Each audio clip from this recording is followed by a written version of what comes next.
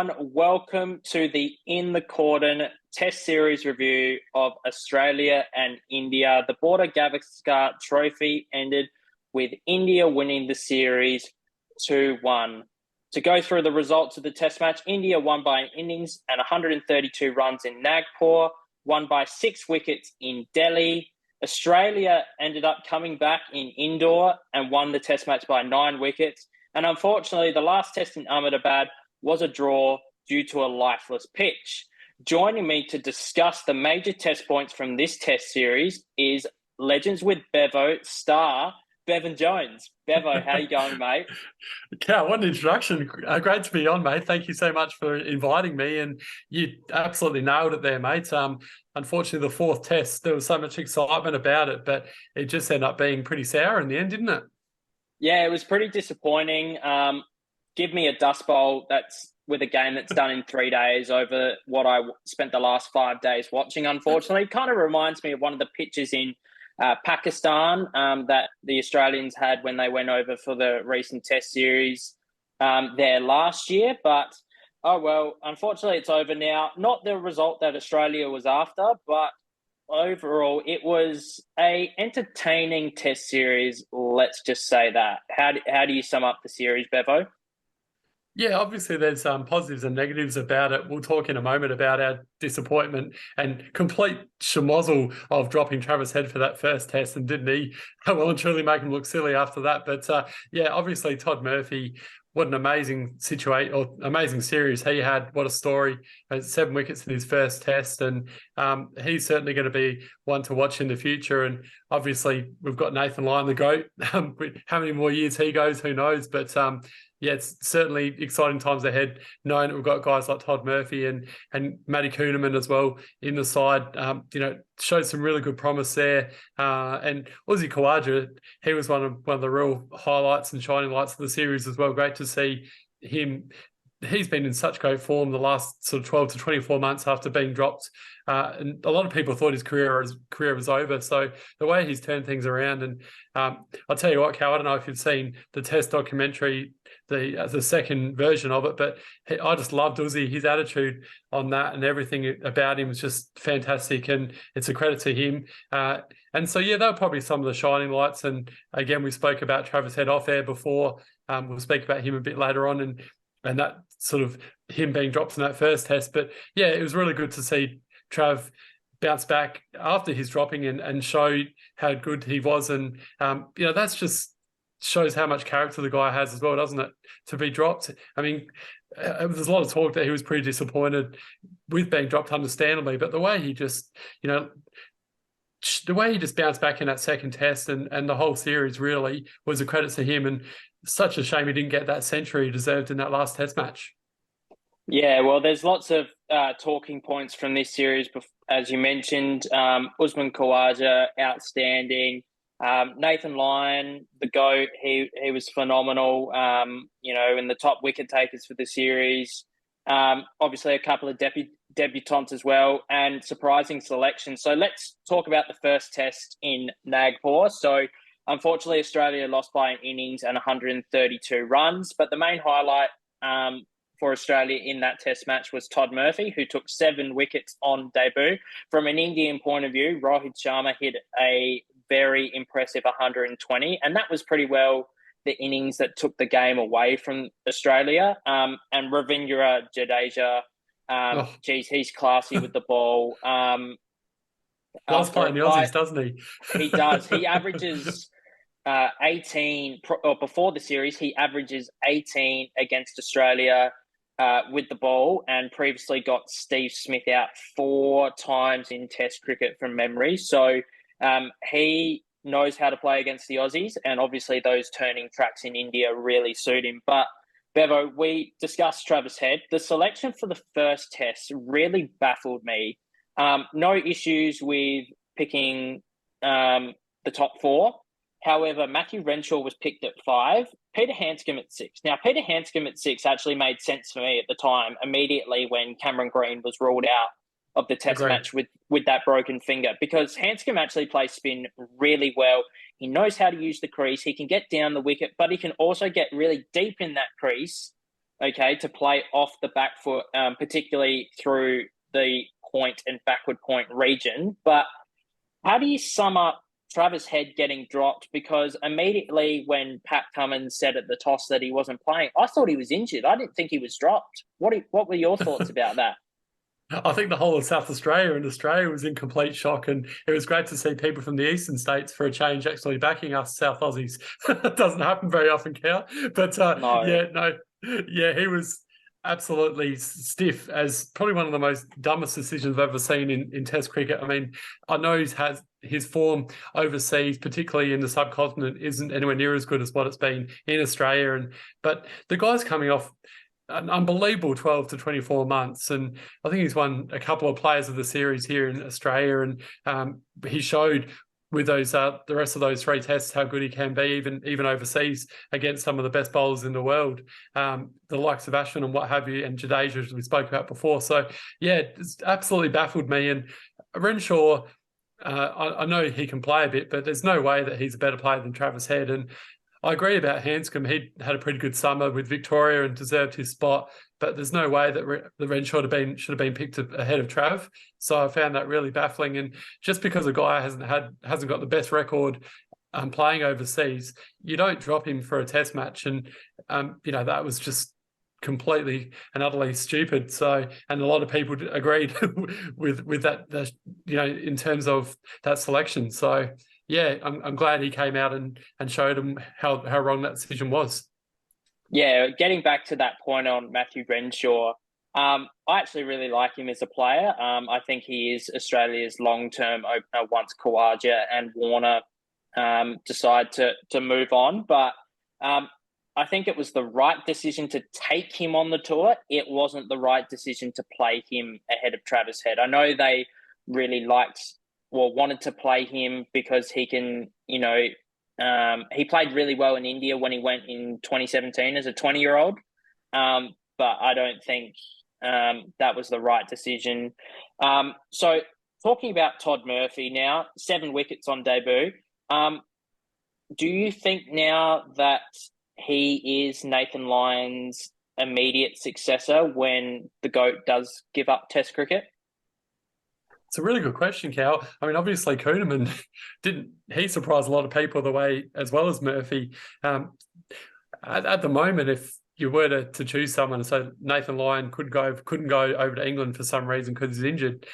I think it would be between Murphy and Kuhnemann, and maybe Murphy just ahead. But gee whiz, it's exciting that those 2 guys are the future. And obviously, Mitch Swepson's a really good bowler as well, and I don't feel as though he's had the opportunities he deserves with his record for Queensland over a number of years. And then, of course, you've got the forgotten man himself, who I still can't believe that they even sent him over, Ashton Agar.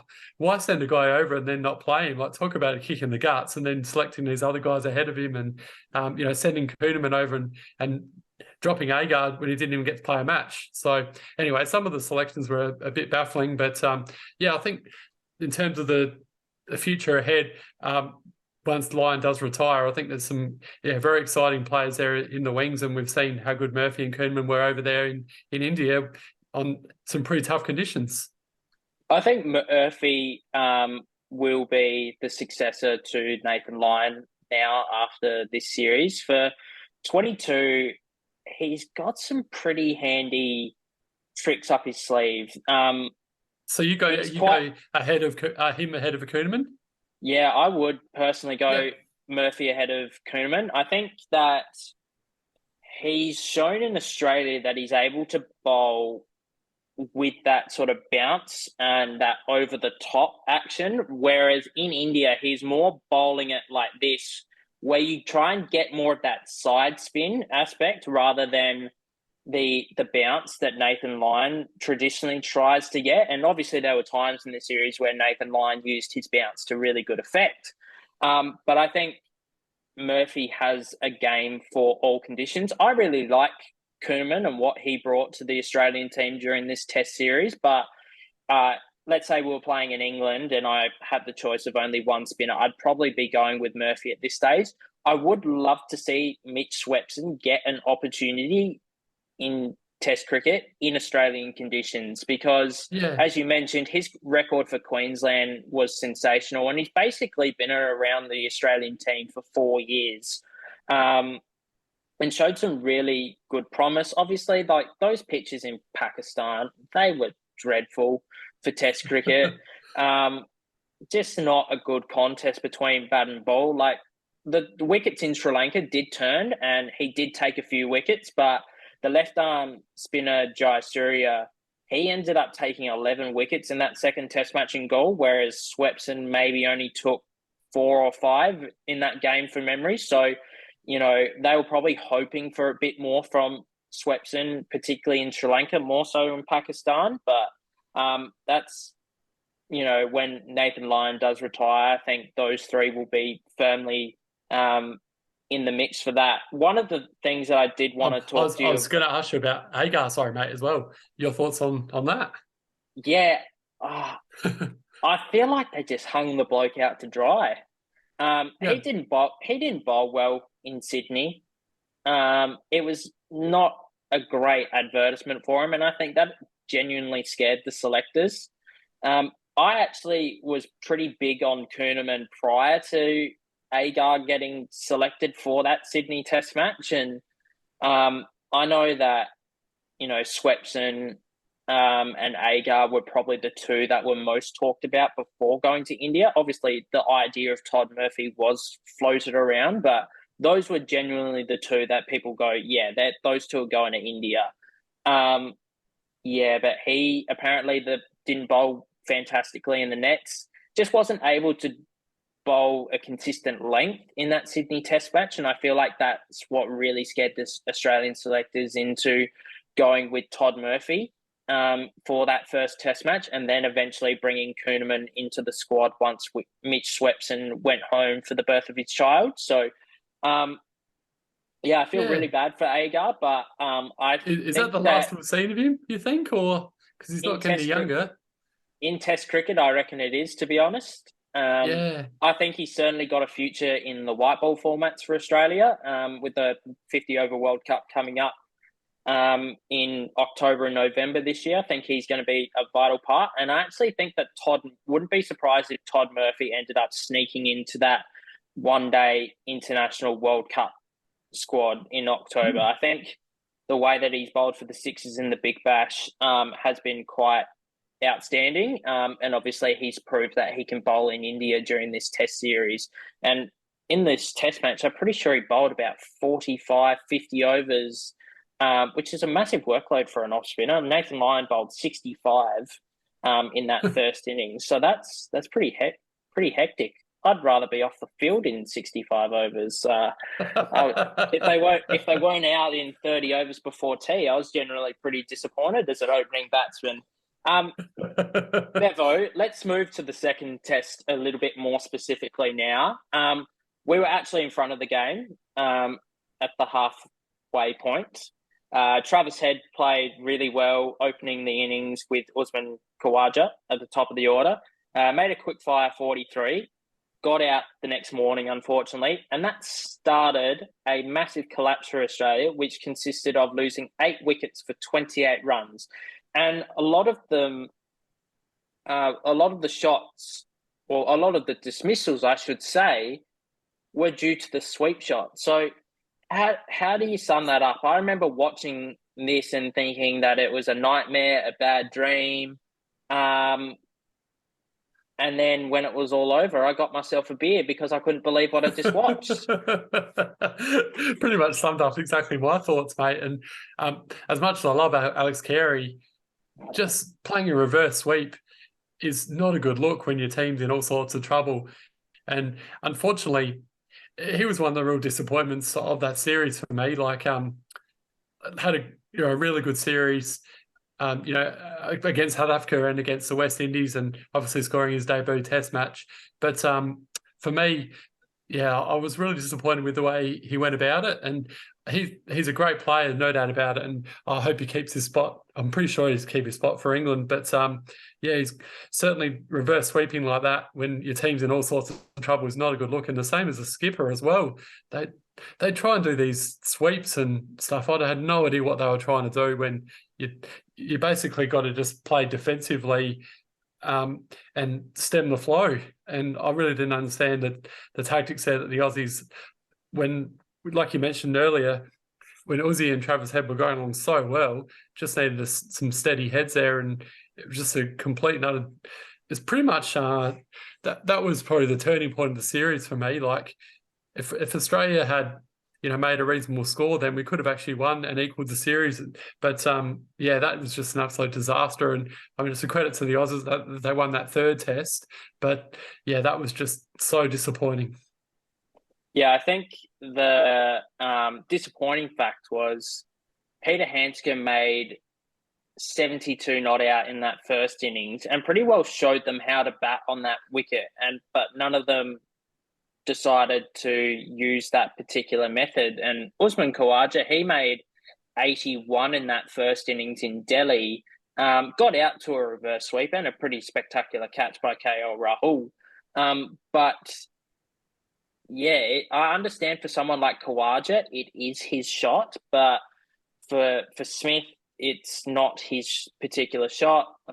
Unfortunately, Pat Cummins, I know he's having a terrible time at the moment with his family situation, and our thoughts are with his family. But, unfortunately, he didn't play well in the Test series, particularly with the bat as well. And you'd be hoping a bit more leadership from your captain at that time. Yeah, but just super, super disappointing. And the series was lost on basically 30, 45 minutes of cricket. Yeah, it's unbelievable. And do you sort of agree with me about Alex Carey, though? I know we're both proud South Aussies and love our Redbacks and seeing our SA boys going well, but he had a really disappointing series, didn't he? Like, I probably would have given him a 2 or 3 out of 10 overall. I thought he actually kept really well in this series, but if we're purely talking from a batting perspective, that's what I mean. Yeah, it just not good. I think he made a couple of 30 odds in that first Test match in Nagpur. Looked really comfortable with the sweep, but unfortunately just lost all confidence with the bat. And we saw that with his dismissal in Ahmedabad in the 4th Test, just skying one straight up in the air, not giving himself a chance to get in on what was definitely the best wicket of the series for batsmen. It was unfortunate that he wasn't able to cash in, as you mentioned, getting his debut Test 100 against South Africa on Boxing Day. I thought he was in for a really good series, played spin quite well, but I do think he's under a little bit of pressure with England. I still think he'll keep his spot, but I would expect Josh Inglis to be selected on that tour as well as the backup wicketkeeper for the World Test Championship and the Ashes as well. But let's talk about Usman Khawaja. Ended up finishing the series with over 300 runs. Made 180 in the last Test match, which was just an outstanding knock. It was such a shame he couldn't get to 200, considering how the rain affected him in Sydney and affected the team's push to try and win that Test match and qualify for the World Test Championship before going to India. But yeah, how did you see Khawaja's series, and do you think he's in for a good series in England as well? Yeah, very, very different conditions over there. Obviously, England versus India, spin friendly in India versus very much a seam friendly pitches over there in England. The ball going all over the place, and interesting to see how a left-hander goes against the likes of Broad and Anderson, who generally left-handers are the bunnies of those guys. And I know they're getting on in age, but gee, wouldn't they just love to beat Australia one more time? And Jimmy Anderson's still one of the best bowlers in the world. And I think he was recently rated as #1 in the world. So he's not getting any worse, almost like a good red wine cow. He just keeps getting better with age. So yeah, it's going to be interesting to see how Uzi goes over there. And I'm not that I'm comparing David Warner to Uzi by any means, but we saw how much Warner struggled last time over there in England. And there's been a long period of time now where the left-handers have struggled in England. So with the moving ball. So yeah, it's going to be a big challenge for Uzi. I'd love to see him continuing on that same form as how he's been playing in Australia and then obviously in India. But yeah, it's going to be a real test for him to see how he goes, and definitely a big test for the Aussies as well. Couldn't get too tough a test really. India at home and then England at home. Yeah, you're absolutely right. I thought Khawaja played really well in the series, and even when we weren't doing so well, he was the one batsman who was standing up for us. I thought him and Hanscom in those early test matches showed Australia how to bat on those wickets. Khawaja used his reverse sweeps to really good effect. He did get out, but I look at it as he scored this many runs using that shot before he got out. Obviously, it doesn't look great when you get out in that particular fashion, but the aim of the game is to score runs. And we've seen in the Australian summer, he was able to sweep and reverse sweep the spinners really well. Obviously, not the same caliber of spinners as Ashwin Jadeja and Axar Patel. But I thought Khawaja was outstanding in this series. And then obviously was able to get that 100, considering a bit like Travis Head, they thought his technique would not hold up in subcontinent conditions, but we've seen Khawaja be able to transform his game. And I think that 144 against Pakistan in 2018, when the test match was played in Dubai, it was the first series post Sandpaper Gate. The way he was able to bat for close to 2 days to get a draw for Australia showed that he can really bat on these subcontinental wickets. Bevo, let's talk about Nathan Lyon, the GOAT. Finished the series with 20 plus wickets and ended up taking his second career best figures of 8 for 64, previous best of 8 for 50 against India as well in Bangalore. But in indoor, he was able to take 8 for 64, which is a phenomenal effort. He was under a little bit of pressure after that first test match, and Todd Murphy kind of took the spotlight away from him. But how do you see the series for Nathan Lyon? Because I thought him and Khawaja were obviously our two best players. Yeah, he's living up to that nickname of the GOAT, isn't he? Because we sort of feel as though he's not getting any younger as well. And how many more years has Nathan Lyon got? But the way he's playing at the moment, Cal, he could still go for another 3 or 4 years and still be at his absolute best. And yeah, he was brilliant over there in India. I know the conditions favoured spinners, as I've spoken about, but he was just fantastic. And like you'd said, probably him and Khawaja were two of the highlights, as well as to a lesser extent Todd Murphy. So yeah, it's really good to see. And I think having the guys like Murphy and Kuhnemann in the side as well probably helped the GOAT. Maybe put a little bit of pressure on him as well, and thought, okay, got a couple of young bucks here that are going all right. I better show my stuff. And didn't he just show his stuff and come out with that 8 for, like you mentioned? So yeah, he was terrific, and still got a long way to go in his career, I reckon. Yeah, valid points there on the GOAT there, Bevo. There's a question I actually didn't prepare you for prior to this interview. Now, unfortunately, Pat Cummins had to go home during the Test series, and unfortunately, his mother, Maria, did pass away. And our thoughts are with the Cummins family, obviously. But Steve Smith stepped in for the 3rd and 4th Test matches. He'll also be stepping in for the ODI series as well, which starts on Friday. Do you think Steve Smith should return to captaincy full-time? Because with 5 pretty well back-to-back Test matches coming up, I think it's going to be pretty hard for Pat to play all 5 tests. Do you think that Steve Smith could resume the captaincy full-time, or do you think he'll continue as that kind of fill-in and backup option? It's a really good question, isn't it? Obviously, Pat's going to need a fair bit of time to get over what he's been through in recent times. And as you mentioned, we're playing against England on their conditions. It's the toughest test other than going to India. So yeah, he's going to need a fair bit of time to get back to his absolute best. And having that captaincy is probably not something that makes life easy for him. And even though he did a really good job as skipper, I love the way Steve Smith skippers Australia. And a lot of people come out and say, yeah, the whole Sandpaper Gate issue, blah, blah, blah. But I think everyone's forgiven him for that. We all make mistakes. And the way he led Australia in those last couple of Test matches was nothing short of sensational. And yeah, I 100% love to see him as skipper again. And why not? What about yourself? Yeah, I've personally been a big believer that Steve Smith should have been captain as soon as Tim Payne unfortunately left the Australian team. He knew how to do the job. I feel like it would have been a great redemption story following. I know he had his big redemption in England 2019, but I feel like there's enough time that's passed since Sandpaper Gate for him to resume the captaincy properly. And I still think David Warner should be allowed to captain Australia if he wanted to in any of the formats. I know he got a lifetime ban, but I think it's been more than enough time for people to get over what happened in South Africa. And as you said, people are, we're humans. We all make mistakes. Their mistakes just happen to be broadcast on live TV around the world. Bevo, Yep.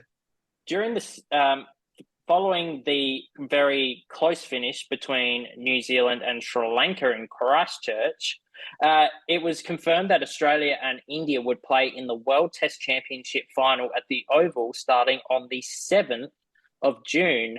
How do you see that contest between Australia and India in English conditions? Because I feel like it's going to be a great way to determine which team is better. I know we drew with England a few years ago, and India recently drew their series, split across 2021 and 2022 due to COVID outbreaks in the team, the Indian team. But how do you see that contest with the Duke's Ball?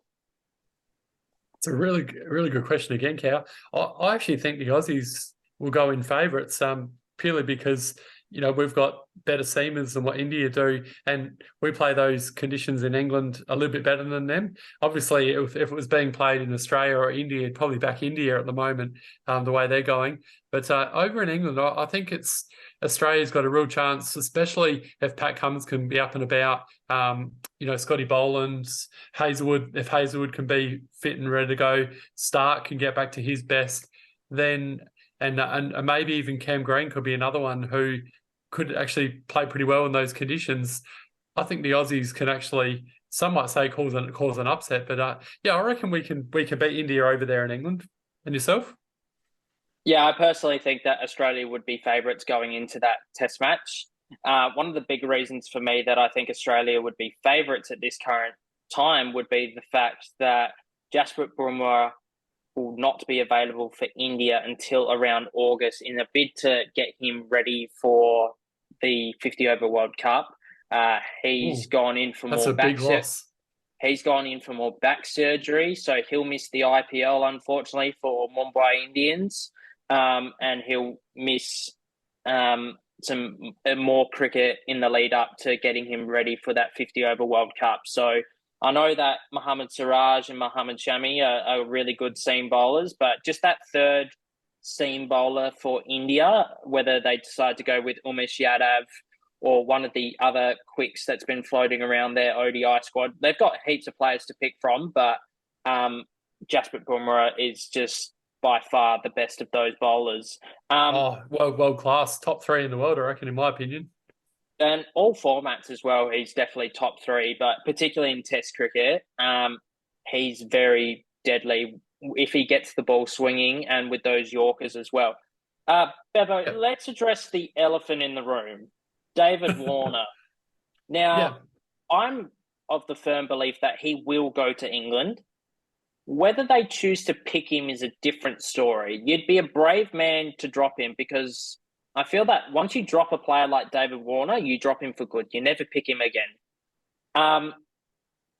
Do you see a world where he potentially plays the World Test Championship final, and then if he doesn't score any runs, he doesn't play that first test at Edgbaston? What would you think about David Warner? Yeah, personally, I actually wouldn't take him to England at all. I feel as though we've got the players now. record last time, I know we spoke earlier about Travis Head being dropped, and you don't always look at previous series. You look at obviously the future and how they've been going in recent times, but Warner hasn't been exactly setting the world on fire, and his series last time over there in England was absolutely horrible. And Travis Head's shown that he can open. We spoke about this a little bit earlier. Maybe Renshaw or Bancroft could open, and then Head drops down to 5. I don't know if we need Warner. I really don't. I know it might not be a popular thing for me to say because a lot of people love him, but I feel as though we did pretty well without him over there in India, and him going home was almost a blessing in disguise. So I don't know. It's a really interesting point, and I put up something not long ago on social media about it, and I was actually really surprised that a lot of people agreed with me that they wouldn't take him over and take Bancroft, Henry Hunt, or Marcus Harris is doing well over there in England at the moment and got really good. Although he didn't do that well in England in the past, he has got pretty good record over there and does play the swinging ball pretty well. So they've got quite a few options to replace Warner. So I'd be very interested to see what happens. Yeah, personally, I wouldn't play him in the World Test Series, but it's still a fair way away. So between now and then, because I don't know whether he'll play Sheffield Shield for New South Wales or what sort of practice he'll have in the lead up to the World Test Championship, though, Cal. Well, he's actually in the ODI squad, which begins on Friday. And then post that series, he's straight off to the Delhi Capitals for the IPL. So there's not much turnaround time between the end of the IPL and the start of the World Test Championship final. So there's only about a week between them. So he's going to be playing some full-on cricket. And as I mentioned to you off air, I kind of think that injury to his elbow kind of saved his career because he wasn't going particularly well in those first 2 test matches. And I felt like if that continued, there might have been a possibility that he couldn't have played in either Indore or Ahmedabad. So, it's a bit of a waiting game. I still think he goes. Whether he gets picked is a different story. And we've mentioned Cameron Bancroft scored over 700 runs in the Sheffield Shield for this season and 4 centuries as well. So he would be the person that I would suggest would replace Warner if they decided not to pick him. I still think they'd probably give him the World Test Championship, the first and the second test of the Ashes. But then if he's not scoring runs and the series is up for grabs, I feel like that's where they do make that change. And as I said, once you drop a guy like Warner, I think you drop him for good. Bevo, let's talk about what your predicted lineup would be for either the first test match of the Ashes or the World Test Championship. I imagine they're going to be pretty similar in the eyes of the Australian selectors, but let's hear with what you've gone with as your starting 11.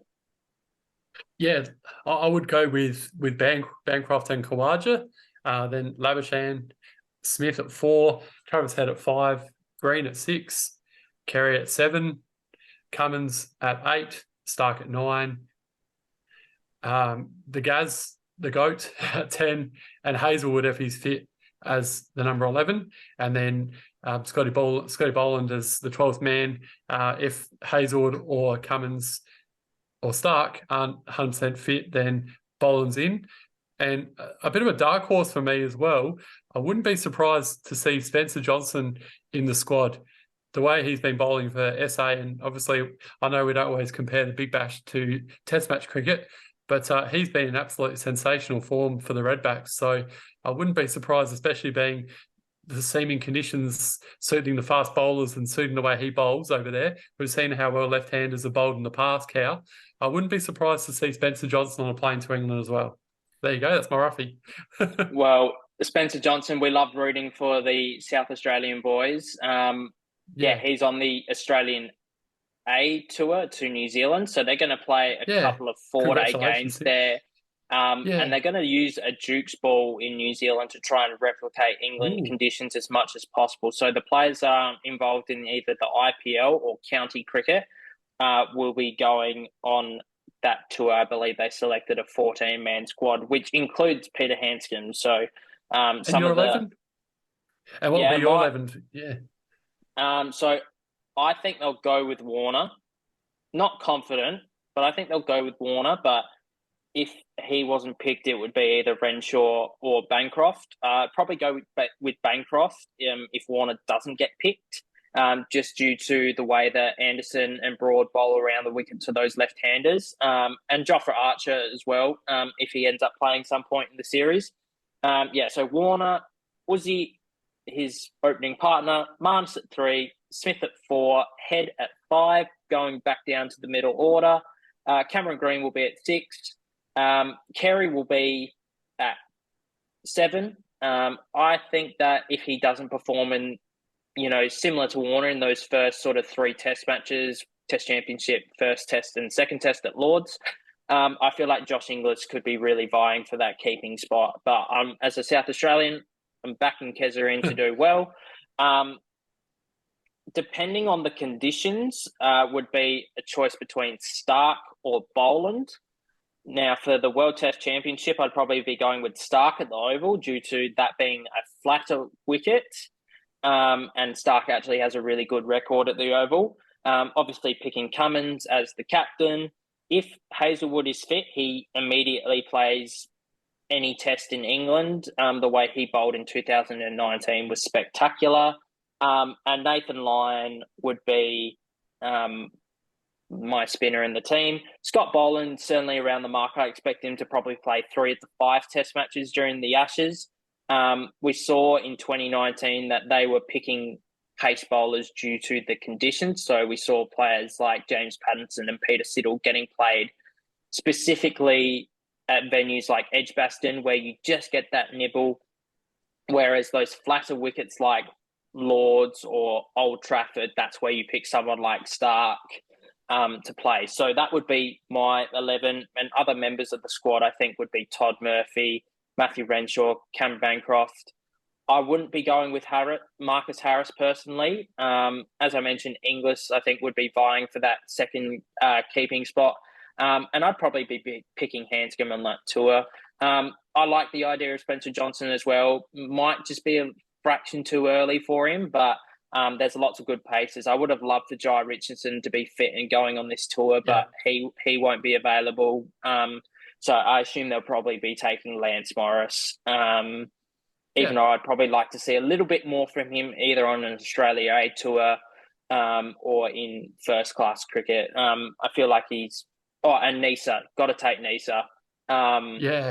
With Nisa's batting, he could easily play. And I think he's been robbed of some opportunities to play a bit more test match cricket prior to Scott Boland making his famous debut at the MCG. I think that Nisa should have played that game, and obviously Scotty's proved me wrong. But Bevo, unfortunately, we've run out of time. So thank you so much for joining me on this episode of In the Cordon to talk about the Australia and India Test Series, the Border-Gavaskar Trophy, as well as previewing the World Test Championship and the Ashes.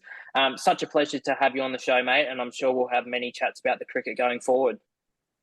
Thanks so much, Cal. I really enjoyed it, mate, and great job. Keep up the awesome work. Thank you so much to those of you who are watching the podcast at home or listening at home. Make sure that you subscribe to all of our social media pages for some amazing content in the future. And guest interviews will be starting very, very shortly. Take care, everyone. Cheers.